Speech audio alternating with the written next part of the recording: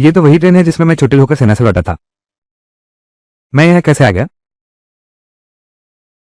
क्या हुआ पागल? बुरा सपना देखा क्या? कुछ नहीं। मैं थोड़ी देर शौचालय जाता हूँ। मैं 60 के दशक में दोबारा जन्म ले चुका हूँ। इस ट्रेन में अब विस्फोट होने वाला है। मेरे पक्के दोस्त ली वेइमिंग इसी धमाके में मारे गए थे। हालांकि मैं बच तो गया, लेकिन अपाहिज हो गया और बीमारियों से गिर गया।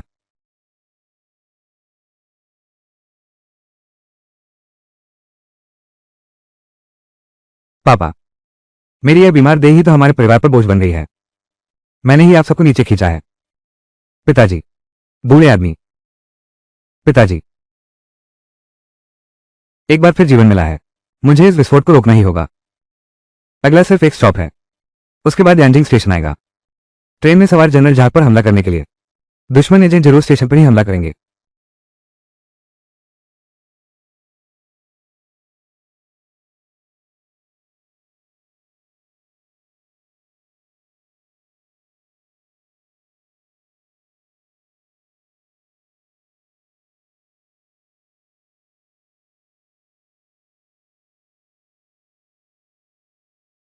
यह सुनकर हैरानी हुई कि उसे मिल गया दूरदृष्टि जैसी अलौकिक शक्ति, जैसे शेर को पंख लग गए हो।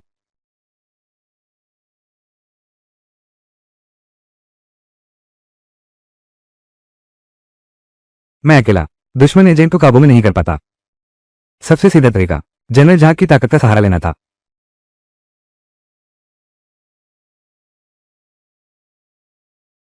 जनरल झाग, मुझे एक महत्वपूर्ण सूचना देनी है।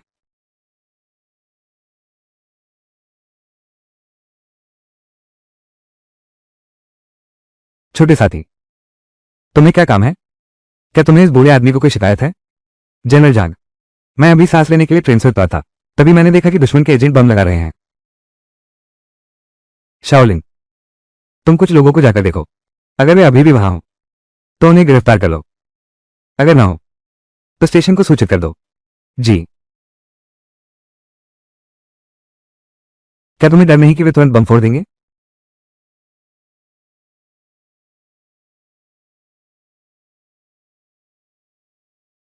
अब तो लड़ाई शुरू हो गई।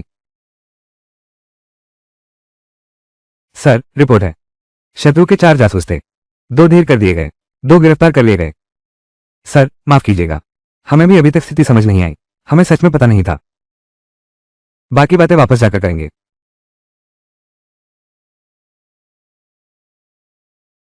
इसलिए तो जनरल झाग ने सीधे गिरफ्तारी का आदेश दिया। ये तो 1960 का दशक था, जहां इंसान इंसान को खा जाते थे, जहां सभी प्रतिक्रियावादी ताकतों को कागज के बाग समझा जाता था। ऐसे में दुश्मन जासूसों के सामने नमी नहीं दिखाई जाती।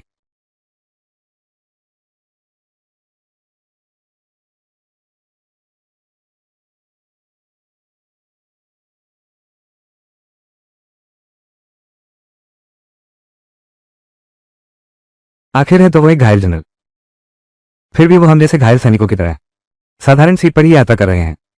दलिया पी रहा है। अरे, अरे बाप रे, खाना खाते खाते इतना समय लगा दिया क्या? औरतों जैसा रोना धोना। हाँ हाँ हाँ। ये मत सोचो कि हर कोई तुम्हारी तरह है, जैसे कभी खाना ही नहीं खाया हो।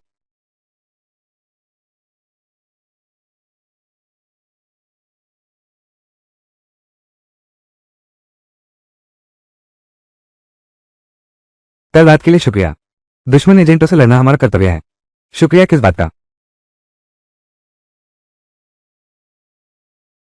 तुमसे सहज लगाव है। तुम्हें देता हूं। तुम्हारी मायूस सूरत देखो। इतना उदार भी बनने की जरूरत नहीं। एक सज्जन दूसरे की प्रिय वस्तु नहीं छीनता।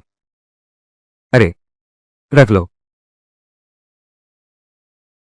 अरे, इसे रख लो। बस करो। इतना हिचकिचाओ मत।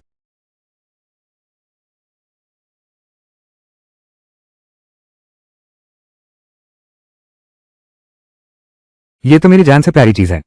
इसे कल तुम्हारे काम के इनाम के तौर पर ही समझो। जनरल साहब, बंदूक देने का शुक्रिया।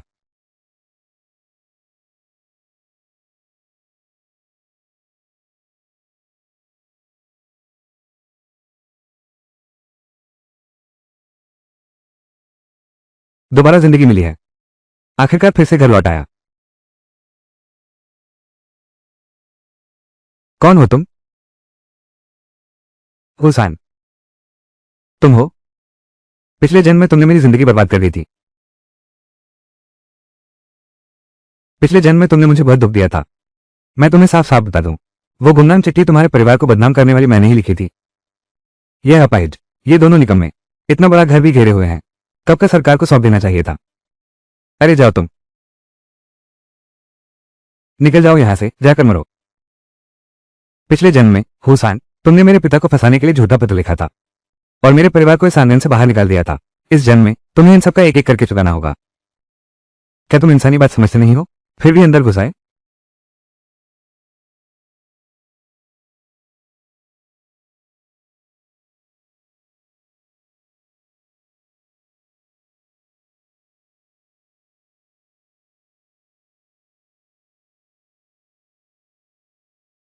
यही वो व्यक्ति है, ये दुश्मन एजेंट है।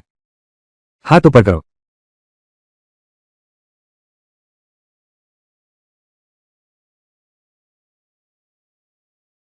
डायरेक्टली। आप मुझे जानते हैं, मैं छोटू हूं, मैं कोई जासूस नहीं हूं।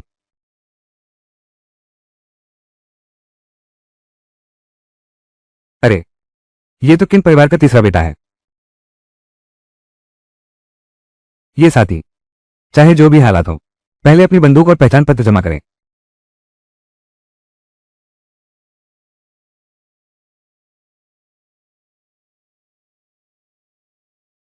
समय नवंबर 1960। कारण जहरीली गैस के संपर्क में आना।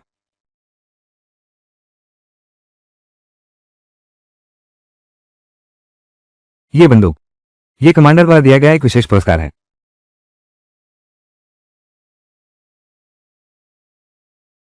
कॉमरेड किनफेंग, घर वापसी पर स्वागत है।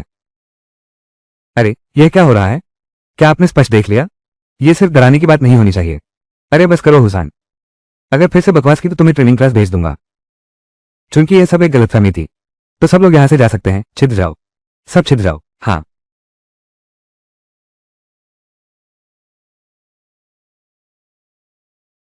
तुम तुम कौन हो?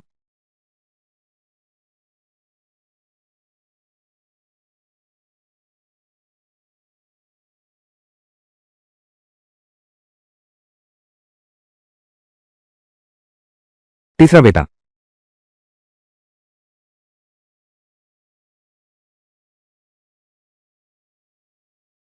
तीसरा बेटा।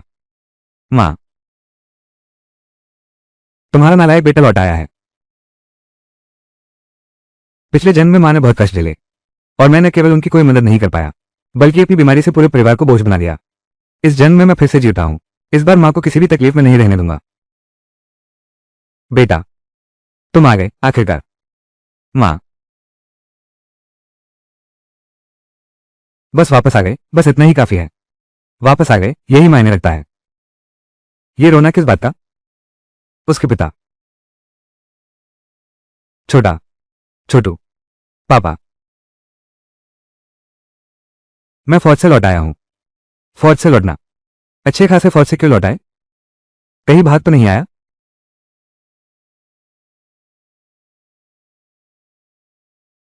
चोट लगने की वजह से सेना से छुट्टी मिल गई। जहर चढ़ गया है। क्या इलाज हो सकता है? मां, चिंता मत करो, ठीक हो जाएगा। बस लौट आए, बस काफी है। ठीक हो गया। जाओ, खाना बना दो। पड़ोसियों को हंसी का मौका मत दो। ये सब तुम्हारी ही तो जिद थी कि तीसरे को फौज में भेजो। ये है। मां, मैं मांस लेकर आया हूं। आज रात हम मटन बनाएंगे। अच्छा, मां तुम्हारे लिए बनाती है। चलो। आ गया।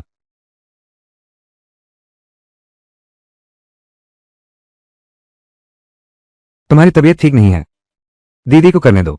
ये तो सचमुच अनोखी बात है।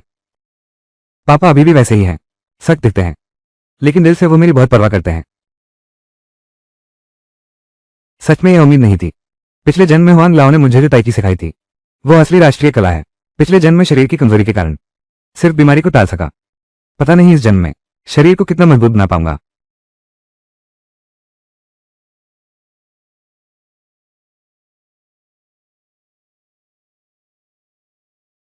कुछ तरीका लगाकर थोड़ा मांस लाना होगा। परिवार वालों की सेहत सुधारनी है।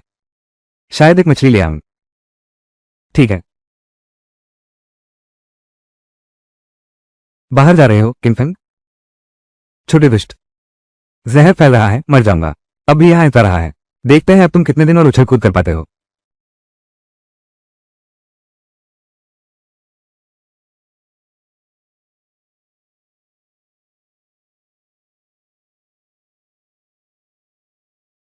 पता नहीं स्टेशन पर होगी भी या नहीं।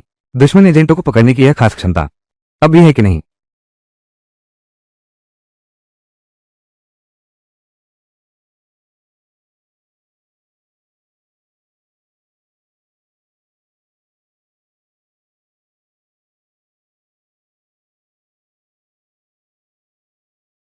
लगता है यह खास योग्यता बिना सोचे समझे इस्तेमाल नहीं करनी चाहिए। भाई, कैसे काप मछली मिल पाएगी? मेरी बीवी है ना, बेचारी कमजोर है, पोषण की कमी है। घर में बच्चों को दूध तक नसीब नहीं हो रहा।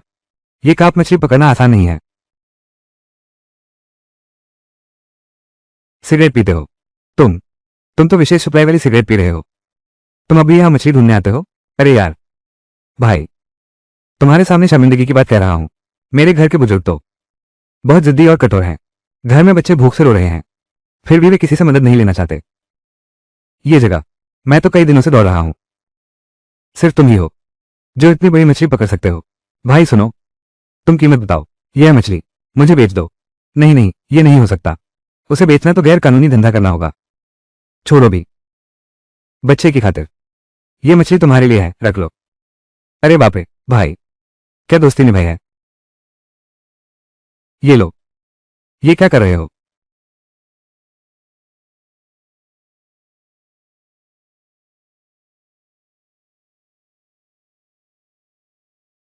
अरे, तुम्हारे घर तो त्योहार जैसा है। मुर्गी भी बना रहे हो? मुझे भी थोड़ा दे दोगे? तुम हो कौन? तुझे भी दे दूं, ताकि तुम्हारे पास बाहर जाकर काटने की ताकत रहे। तुम, छी, प्यारी सी चीज। भले ही तुम्हारे पास बंदूक हो, मैं एक ना एक दिन तुम्हारे पूरे परिवार को खत्म कर दूंगा। अरे, कितनी खुशबू है। छोटी हवा, पात्र का नाम। इन कुछ सालों में मिले नहीं। अब तो बड़े हो गए हो लड़के। सभी को तो मैंने चिन फैंग अंदर खींच लिया। अगर तुम लोग मुआवजा नहीं दोगे तो मैं उस पर केस कर दूंगी। तुम झूठ बोल रहे हो। तुम बेबुनियाद आरोप लगा रहे हो। तो तुम क्या चाहती हो जिससे तुम मेरे बेटे के खिलाफ शिकायत ना करो?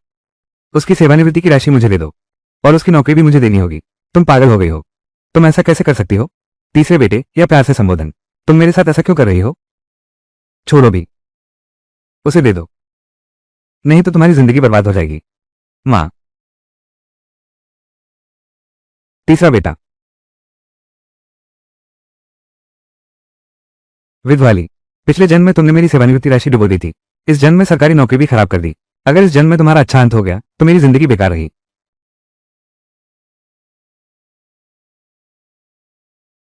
दीदी, कृपया मुझसे दूर रहिए। आपके शरीर से बहुत तेज गंध आ रही है। किन फैंग, ये छोटे शरारती बच्चे। किन फैंग, क्या तुम घर पर हो? पीछे आओ, जल्दी भाग जाओ। किन फैंग, किन फैंग, जल्दी आओ, तुम्हारे लिए इनाम आया है। किन फैंग, ये पत्रकार साथी हैं। ये आपके वीरतापूर्ण कारनामों को अखबार में छापेगी। किन फैंग, बहुत शानदार। यह अनाज और मुर्गियां तुम्हारे इनाम में दी जा रही हैं। किन फैंग, तुम सचमुच गजब हो। न सिर्फ प्रथम श्रेणी की उपलब्धि हासिल की, बल्कि दुश्मन जासूस की भी शिकायत की। उसने पूरी ट्रेन के लोगों की जान बचाई है। हाँ, सही कहा। अरे, ये तो बहुत छोटी बात है। ये तो मेरा फर्ज था। ये तो बहुत शानदार काम है। डायरेक्टर ली, मैं शिकायत करता हूं। किन लादसे ने गैरकानूनी धंधा किया है। अरे हुसन, तुम फिर क्या बकवास कर रहे हो? मैं क्या बकवास कर रहा हूं? किन लाओ तीन के घर में मुर्गी बन रही है। उनके घर मुर्गी आई कहां से? तू ही प्यारा सा धोखेबाज है। तेरा पूरा परिवार धोखेबाज है। गुइंग, तुम तो सप्लाई स्टोर में काम करते हो। मारपीट करने क्यों आ गए?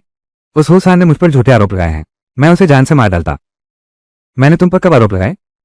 अरे बाप रे, ये हुसान अपनी करनी का फल भुगत रहा है। अब तो मजा आएगा। जरा धीरे से, मेरी घर की हांडी मत तोड़ देना।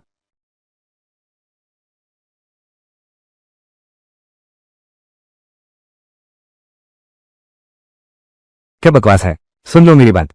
अगर तुमने फिर से ऐसी बेहुदा बात कही तो मैं तुम्हारा मुंह फाड़ दूंगी। अरे बाप रे, वो मुर्गी वाली बात, ये किन फैंग के गुरु ने दिया था, यानी मेरे पति वाले लावांग और अवैध धंधों में कोई लेना देना ही नहीं है। अब जब बात साफ हो गई है तो सब ठीक है, सब लोग सामान यहीं छोड़ दो। किन फैंग, चलो आज के लिए यही विदा लेते हैं। किन फैंग, तुम अपना ख्याल रखना। चलो चलते हैं, आज तुम बच गए, मैं तुझसे बैर लेकर रहूंगा। देखता हूं तू कैसे मेरे हाथों मरता है। अरे बाप रे, तुम कौन हो?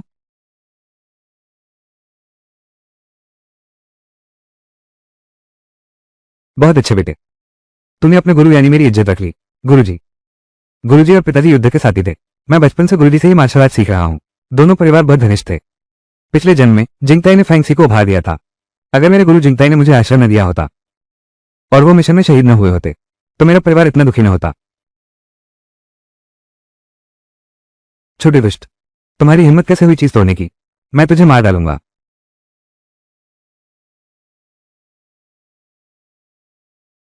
किन फैंग, निकम्मे बच्चे, सबसे अच्छी शराब की पूरी बोतल ले आओ। आओ आओ, यहां आओ।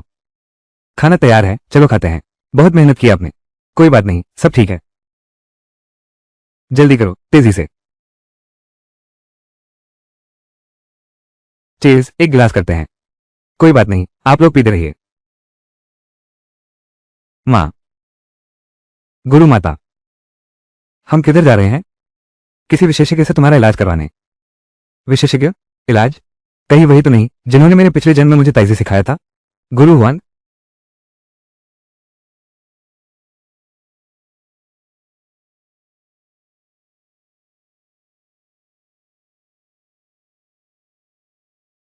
बड़े आदमी हुआन?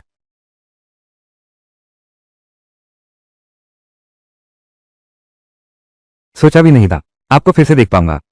फैंग सेना में जहरीला हो गया है और कुछ चोटें भी आई हैं। क्या आप जांच कर सकते हैं?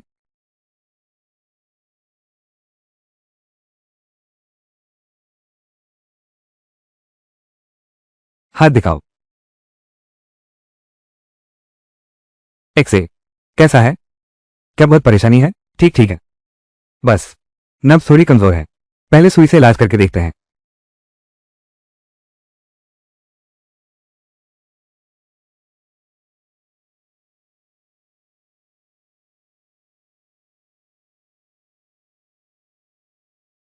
यह क्या हुआ? जहर बाहर निकल रहा है। कोई बात नहीं, सच में काफी हल्का महसूस हो रहा है। बहुत शुक्रिया हुआन साहब।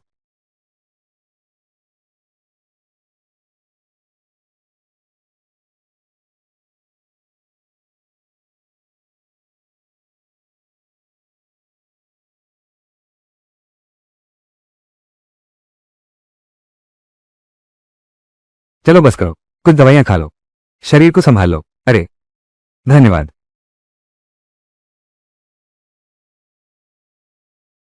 शुक्रिया बाबूजी, तो हम अब चलते हैं। चलो।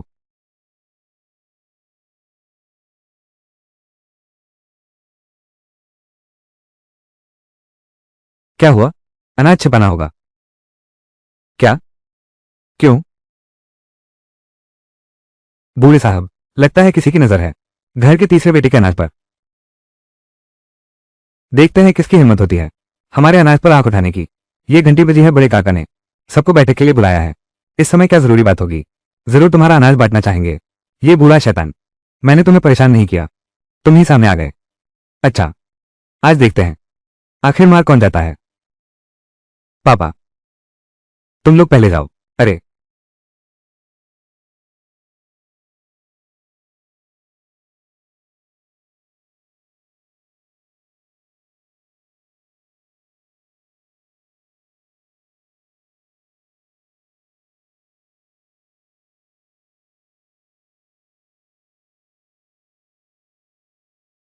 बूढ़े आदमी की अभी भी इतनी इज्जत है, लेकिन तुम और तुम्हारे फूड डिपार्टमेंट वाले दोनों बेटे आज बचकर नहीं जाओगे। ठीक है, चलो शांत हो जाओ। सब लोग आ गए हैं, अब हम मीटिंग शुरू करते हैं। ये किन परिवार का लड़का है? हमारे मोहल्ले के लिए बहुत सम्मान लाया है। हम किन परिवार के लिए तालियां बजाएं। बहुत अच्छा, किन परिवार के मुखिया, आपने अपने बेटे को बहुत अच्छी परवरिश दी है। हमारी यह सोसाइटी, इतने सारे बच्चे हैं, क्या आप कर सकते हैं कि वो इनाम थोड़ा सा दान कर दें? लेकिन हम आपको बिना कुछ दिए नहीं लेंगे। सबने उधार का कागज लिख दिया, आगे चलकर दोगुना लौटाएंगे। हम उधार का कागज लिखते हैं, बिल्कुल सही, अनाज आने पर ज्यादा लौटा देंगे। हाँ बिल्कुल। अरे वाह, ये बच्चा किसका है? दादा, मुझे भूख लगी है। चाची, मुझे बहुत भूख लगी है। पहले बच्चे को बचाओ। ये तो बिल्कुल उल्टा हो गया। दादा, मुझे बहुत भूख लगी है, उठो जल्दी। दादा, दादाजी, मुझे थोड़ा खाना दे दो। दादाजी, मुझे बहुत भूख लगी है। मेरा पूरा परिवार भूखों मर रहा है। किन फैंग, क्या तुम बगावत कर रहे हो? क्या तुम मुझे मार डालोगे? तुम्हारा यह व्यवहार इसके योग्य कैसे हो सकते हो? जनता के नायक का सम्मान पर कहा है। किस आधार पर? इस आधार पर कि मैं सबसे आगे रहकर रहा, इस आधार पर कि मैंने दुश्मन को रोककर लोगों को बचाया, इस आधार पर कि मेरे शरीर पर यह गौरवशाली जख्म है। तुम्हारे घर का अनाज हमसे 10 गुना ज्यादा है, तुम उसे लोगों को बचाने के लिए क्यों नहीं निकालते? बकवास बंद करो, हमारे घर तो हमेशा दलिया अचार ही रहता है। अनाज कहां से आएगा? तो जो तुम्हारा बेटा अनाज विभाग में अफसर है, क्या सच में उसने कभी गलत फायदा नहीं उठाया? अरे, कोई आया है, जल्दी हटो। छोटी हवा, तुमने छोटी वन को जो बात बताने को कहा था, क्या वो सच है? बिल्कुल सच है। अभी तो बस सतर्कता बरत रहे हैं। बड़े दादा के दोनों बेटे भाग गए हैं। चिंता मत करो, सब इंतजाम कर दिया गया है। एक बुजुर्ग शख्स की पिटाई हो गई है, उन्हें तुरंत वापस बुलाओ। बस इतना कह दो कि तुमने मारा है।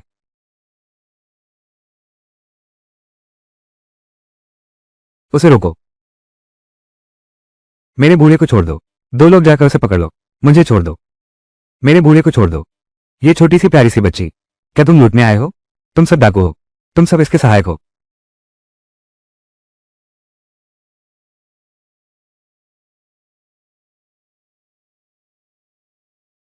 यहां इतनी जगह कहां कि 3000 किलो अनाज छिपा सके? छोटे साथी, अभी तो नौसिखिए हो। साथी किनफेंग, क्या तुम्हें किसी ने बेवकूफ बनाया है?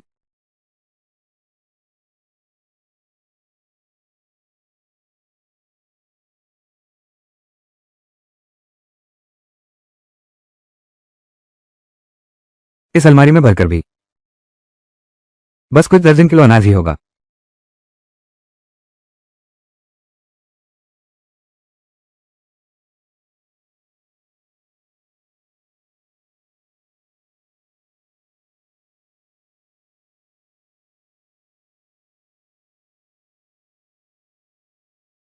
तुम दोनों मुख्य द्वार की रखवाली करो। तुम दोनों तुरंत अपने वरिष्ठ अधिकारियों को सूचित करो। अब तो बड़ी मुसीबत खड़ी हो गई है। मेरे घर से निकल जाओ। मेरे घर अनाज चुराने मत आना। तुम्हारा है क्या? वो देश का अनाज है।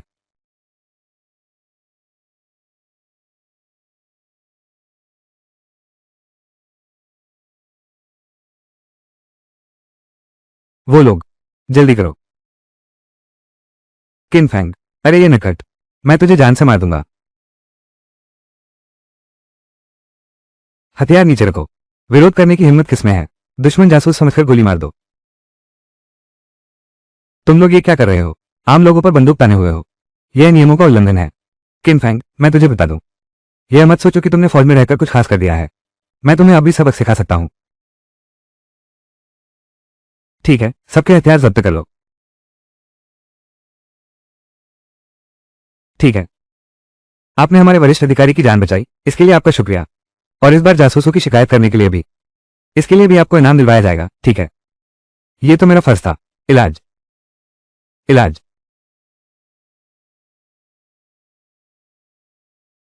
कॉमरेड किनफेंग, मेरा नाम जिया गुआनवजी है। मैं सिटी ब्यूरो में काम करता हूं। आगे कोई जरूरत हो तो कभी भी मेरे पास आना। कानून व्यवस्था, जिया गुआनवजी, पिछले जन्म में वो बड़े केस पकड़ते थे, बहुत मशहूर नेता थे। तो फिर जिया साथी का शुक्रिया। उनका परिवार एकदम मिसाल है। आगे से हमारे गांव में ये गलती दोबारा नहीं होनी चाहिए। यह क्या मामला बना दिया है, बताओ तो? अचानक इतने सारे लोगों की भीड़ जमा हो गई। जाकर अपने घर वालों को बता देना। इस तरह की घटनाओं को हमें पूरी तरह रोकना होगा। हमारे गांव में आज छोटे ने काफी धमाल मचा दिया। इससे लोगों में जलन जरूर पैदा होगी। यह अनाज, अभी इसकी सफाई करनी होगी। मैंने सोच लिया है। मेरा इरादा है इसे दादाजी के घर भेज दूं। ये तो पहले मामा लोग हमारा बहुत सहारा थे, अब उनकी मदद करने का सचमुच मौका मिला है। पिछले जन्म में जब घर पर मुसीबत आई थी तब मेरे मामाओं ने खूब सहायता की थी। अब मैं सक्षम हूं तो स्वाभाविक रूप से उनका साथ दूंगा। लगता है कोई तो बेसब्री से इंतजार कर ही रहा था। अनाज के अलावा एक और इनाम भी है, स्थानीय कार्यालय की स्थायी नौकरी। मैं चोटिल होकर सेवामुक्त हुआ हूं, उनके पास काम का प्रबंध है, इसलिए कह रहा हूं यह नौकरी तुम्हें मिल रही है, पर वो तो स्थायी पद है, तुम खुद नहीं करोगे। मैंने पहले ही कह दिया था, अगर मैं चोटिल होकर हटूंगा तो उनके पास दूसरी व्यवस्था है। ये तो बोनस इनाम है। आजकल की स्थायी नौकरी की सीट न सिर्फ इज्जतदार नौकरी है, तनख्वाह भी ऊंची है। घर के छोटों को भी यह पद विरासत में मिल सकता है। असली मायनों में लोहे का कटोरा है। अब इस पर और बात नहीं करेंगे, ये बड़े भाई को ही मिलना चाहिए। इस इलाके में तो अच्छी लड़कियों की कमी नहीं है, दूसरा भाई जाए तो भी ठीक नहीं रहेगा। दीदी की अस्थायी नौकरी, यह मौका मामा को मिलना चाहिए।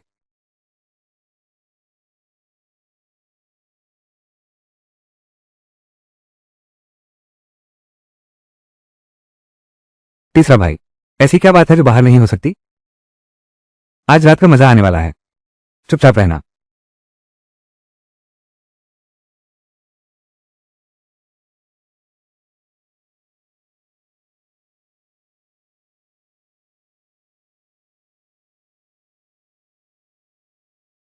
पिछले जन्म की विधवा मुझ पर आरोप लगाया कि मैंने उसे कमरे में खींच लिया। मेरा पूरा परिवार तंगी में रहने लगा। उसकी बारी है बदला चुकाने की।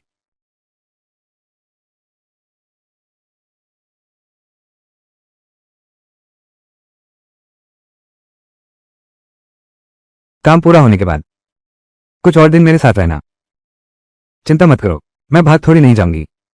उस तरफ से जाओ।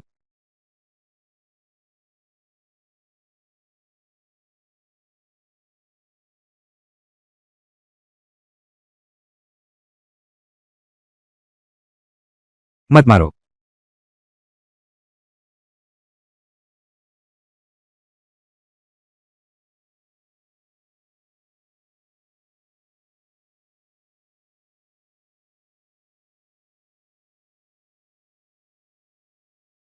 अरे मेरी टांग। छोटू, यह क्या हुआ? ये दोनों लोग जरूर कोई बुरी मंशा रखते हैं। बकवास मत करो, मैं तो बाहर टॉयलेट जा रही थी, तुमने खींचकर अंदर घसीट लिया। मैं गवाही दे सकती हूं, मैं तो बचाने आया था। उस लड़के ने मेरी टांग में गोली मार दी, तुमने बेहोशी की दवा से मुझे बचाया। यह मेरी जान बचाने के लिए था। बेशर्म लड़की, तो अभी छोटे फैंग के बिस्तर पर चढ़ने की सोच रही है? जमीन पर गिरे पेशाब में अपना चेहरा देख ले, क्या तू उस लायक भी है? इन दोनों को थाने ले चलो, किनफेंग सिर्फ बयान दर्ज करा लेगा।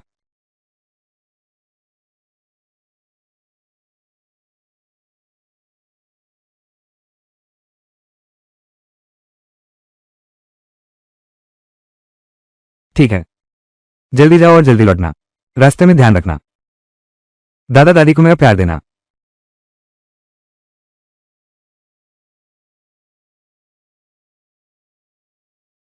तीसरे नंबर के किंग, अनाज लेकर कहां जा रहे हो? अगर तुमने अनाज बेचने की हिम्मत की, यह तो गैरकानूनी धंधा है। कल तुम्हारे पिता ने वादा किया था कि अनाज पड़ोसियों को दान कर देंगे। दूर के रिश्तेदार से पास का पड़ोसी बेहतर होता है, तुम यह नहीं ले जा सकते। बकवास है। कल वो दोनों पड़ोसी क्या कर रहे थे, क्या तुम्हें नहीं पता? मेरा हाथ छोड़ दो, मैं चलकर मोहल्ले के दफ्तर में शिकायत कराऊं। तुम्हारी और बड़े बाबू की सांठ गांठ के बारे में बताऊंगी। छोड़ो मेरा हाथ। यह नन्हा दरिंदा झूठ बोल रहा है। देखते हैं आगे क्या होता है। देखते हैं तुम्हारी यह चालबाजी कब तक चलती है। हे भगवान। अरे बाप रे।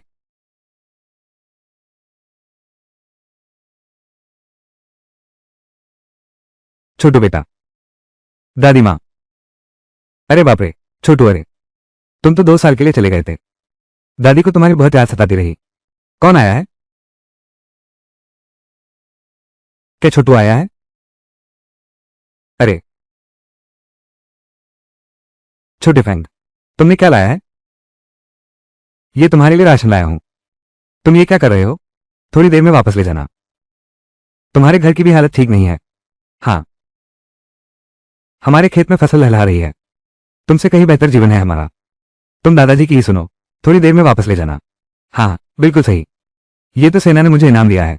हमारे घर में तो और भी है, क्या वो भी नहीं चलेगा? अनाज कभी पूरा कहाँ होता है। भले ही तुम न खाओ, पर बच्चे को तो खाना है। यही रहो। ठीक है।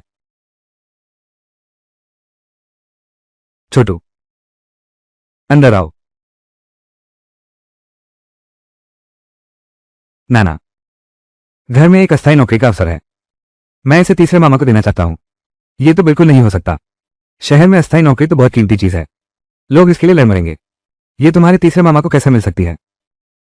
मुझे ये देने की क्या जरूरत है? अपनी माँ से कहो कि तुम्हारी नई शादी करवाएं। तुम्हारे तीसरे मामा खेती बाड़ी करके खुशहाल हैं। तुम बस अपने तीसरे मामा की बात मानो। अगर तीसरे मामा ने लेने से मना कर दिया तो फिर मैं ये सर्टिफिकेट जला दूंगा। तुम्हारी हिम्मत कैसे हुई? क्यों नहीं, मेरी हिम्मत ही क्या कम है? अरे यार, तुम बचपन से ही ऐसे हो। फौज में भर्ती हो गया, फिर भी सुधरा नहीं। अच्छा ठीक है, वो तीसरा बेटा, याद रखना हर महीने तुम आधी तनख्वाह अपनी बड़ी बहन को देना। खाने आ जाओ।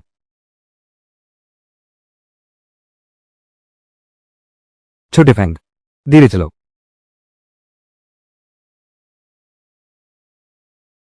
तीन मामा, गाड़ी रोको।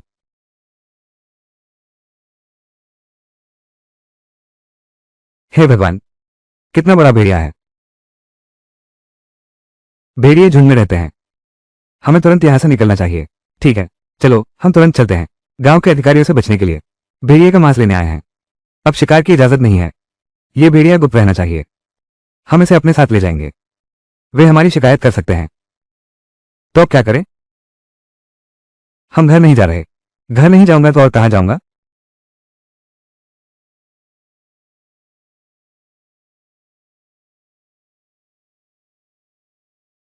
न कोई त्योहार न मौसम, तो आया कैसे? मैं, इतनी तेज खून की बदबू। तू जख्मी है क्या? नहीं, मैंने एक सरदार भेड़िया मारा है। सचमुच सरदार भेड़िया ही है। छोटे दुष्ट, तुम्हारी हिम्मत देखो, तुम पहाड़ पर शिकार करने गए, मैं तुम्हें जान से मार दूंगा। अरे गुरुजी, कुछ नहीं है, जल्दी से रोको उन्हें। उन्होंने तुम्हारे बेटे को लगभग मार ही दिया था, अभी रास्ता रोके हुए हो। तुम शिकार करने का साहस करते हो? देखना, मैं तुम्हारी टांग तोड़ दूंगा। कैसा शिकार? ताऊ जी, तुम क्या कह रहे हो? मैंने बस कहा कि तुमने एक भेड़िया मारा है। अरे बाप रे। मामा, 3 नंबर मामा, वो तो हमारे वापस आते वक्त अचानक मिल गया था। अगर मैंने उसे न मारा होता तो वो हम दोनों को खा जाता। सच कह रहा हूं। तो तुमने पहले क्यों नहीं बताया? तो आप लोगों ने मुझे बताने का मौका ही कहाँ दिया? अरे रे, ये चीज अगर हमारे घर में होती, पड़ोस के लोग बेशर्मी से चिपक जाते। सच में। साहब, सुना है आप लोगों ने एक जंगली जानवर का शिकार किया है।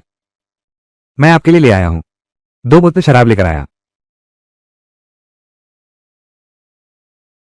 किन फैंग, सेना से लौटने के बाद नौकरी मिल गई क्या? अभी तो कुछ ही दिन हुए हैं लौटे, अभी तक कुछ पता नहीं लगा। तुम्हारे गुरु ने मुझसे संपर्क किया था, तुम्हें पुलिस विभाग में लाना चाहते हैं। सेहत कैसी है? सब ठीक है, लगभग सब ठीक हो गया है। तो मैं ऊपर वालों से एक बात कर लेता हूं, तुम्हें शांति व्यवस्था विभाग में ले आऊंगा, या फिर पहले ऊपर वालों से मेरा प्रबंध करवा दो। अगर संतुष्टि नहीं हुई तो चलो ठीक है, सब बैठकर बात करते हैं। मैं सबके लिए मांस की सब्जी बनाती हूं। अच्छा, अंकल अंदर बैठिए।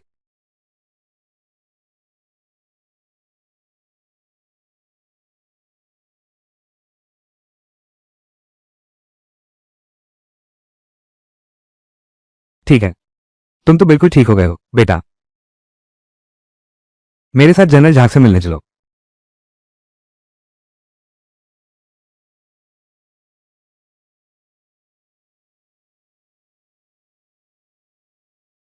किन फैंग आ गया है?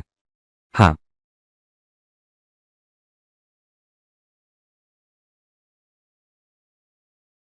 सुनने में आया है तुमने इन दिनों काफी उपद्रव मचाया है। हैरानी की बात है कि मेरी दी हुई बंदूक का इस्तेमाल किया, किसी को गोली मार दी। हालात कुछ जटिल हैं। हालात कितने जटिल हैं बताओ? जो तुमने मेरी बंदूक चलाने पर मजबूर कर दिया, दूसरों के घुटनों पर वार करना। क्या क्या क्या? तुम पर झूठा आरोप लगाया जा रहा है और तुम बंदूक भी नहीं उठा रहे। सीधे उसे ढेर कर दो। तुम जैसे अटक अटक कर फैसला लेने वाले आगे काम कैसे चलाओगे? यह मेरी गलती है कि मैंने ज्यादा सख्ती नहीं दिखाई। रुको, काम? कौन सा काम? इस तरह के डरपोक काम के अलावा? वो दुश्मन जासूसों की शिकायत करने का मामला। तुमने वो काम काफी अच्छा किया। हिम्मत और समझदारी दोनों है, तारीफ के काबिल है। शुक्रिया नेताजी, आपकी तारीफ का। मगर यह मामला बहुत ज्यादा लोगों को घसीट रहा है। आपके फर्स्ट क्लास मेरिट अवार्ड का समारोह माफ कर दिया जाएगा। हालांकि एक बात है, यह इनाम राशि मैं करूंगा, तुम्हें निजी तौर पर भेज दूंगा। तुम्हारी नौकरी की व्यवस्था तबादले के बाद मैं अब सुरक्षा विभाग में आ गया हूं। पहली बात यह है, मेरा संदेशवाहक एक है, अभिलेख कक्ष। तुम दोनों में से कोई एक चुन लो। लेकिन मैं तुम्हें साफ बता दूं, दोनों ही विभागीय अधिकारी हैं। 20 साल का प्रभारी। अभिलेख कक्ष वो तो कार्यालयीन पद है। सारे पोस्ट तो ऑफिस के हैं, कुछ फील्ड की भी पोस्ट हैं। तुम फील्ड में अपनी इस टूटी काया को देखो, दिन भर खांसते रहते हो। अच्छा, अब खांसी क्यों नहीं आ रही? ये लड़का कहीं बीमार होने का बहाना तो नहीं कर रहा? काम से भागने के लिए? नहीं नहीं, ऐसी बात नहीं है। मेरी मां ने कुछ दिन पहले मेरे लिए एक बहुत माहिर आयुर्वेदिक डॉक्टर ढूंढा है, और फिर मैंने कुछ एक्यूपंक्चर करवाए। जमा हुआ खून आधा खांसी के साथ निकल गया। अब काफी आराम है। और फिर कुछ दिन पहले गर्मी बढ़ने से बचा हुआ आधा खून मैंने दुश्मन के एजेंट के चेहरे पर थूक दिया। मूलतः पूरी तरह ठीक हो गया हूं। क्या ये सच में सच है? आप पुराने अधिकारी को कहां ले जा रहे हैं? जल्दी चलो, वृद्ध वैद्य के पास जा रहे हैं। अरे बाप रे, मेरी टांगें टूटने वाली हैं। तुम्हारे लिए नौकरी का इंतजाम करने की पूरी कोशिश की, और तुम हो कि चुपके चुपके ये सब करते रहे। मेरे पीठ पीछे डॉक्टर के पास गए। गलतफहमी हो गई। असल बात यह है, श्री हुआन की पहचान थोड़ी खास है। देव छिन साम्राज्य के शाही वैद्य थे। डर किस बात का है? अब तो सब आम लोग हैं। चलो देखकर आते हैं।